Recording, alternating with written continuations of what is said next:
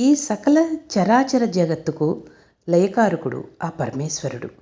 భక్తుల పాలిట పిన్నిది బోళాశంకరుడైన ఆ త్రినేత్రుడు లింగోద్భవం చెందిన పవిత్ర దినమే మహాశివరాత్రి.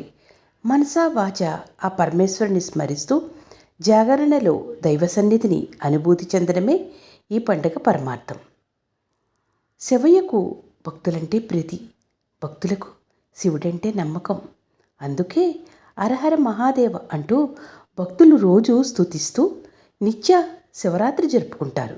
ఈ లయకారకుడిని ఎన్నిసార్లు స్తుతించినా తనివి తీరదంటూ ప్రతి మాసానికి ఒక్కో శివరాత్రి పేరుతో ఆరాధిస్తుంటారు. వీటన్నిటిలో అత్యంత విశిష్టమైనదిగా భావించే ఈ మహాశివరాత్రి గురించి ఇప్పుడు చెప్పుకుందాం. ఈ శివరాత్రి ఆదివారం రోజున రావడం ఎంతో విశేషం. అఘము అంటే పాపం, మాఘం అంటే పాపాలను నశింపచేసేదని అర్థం. అలాంటి మాఘమాసంలో సూర్యారాధన ఎంతో విశేషమైనది. సూర్య సంబంధిత ఆదివారం రోజు మాఘమాసంలో మహాశివరాత్రి రావడం విశేషం.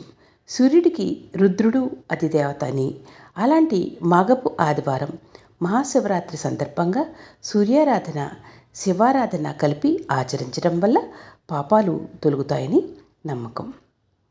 శివరాత్రి అంటే ఒక పండగ మాత్రమే కాదు, అది ఆత్మ జాగరణకు దారి చూపే పవిత్రమైన రోజు.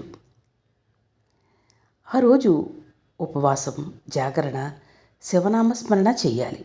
సాగర మదనంలో ఉద్భవించిన ఆలాహలాన్ని శివుడు సేవించిన రోజు కూడా ఇదే.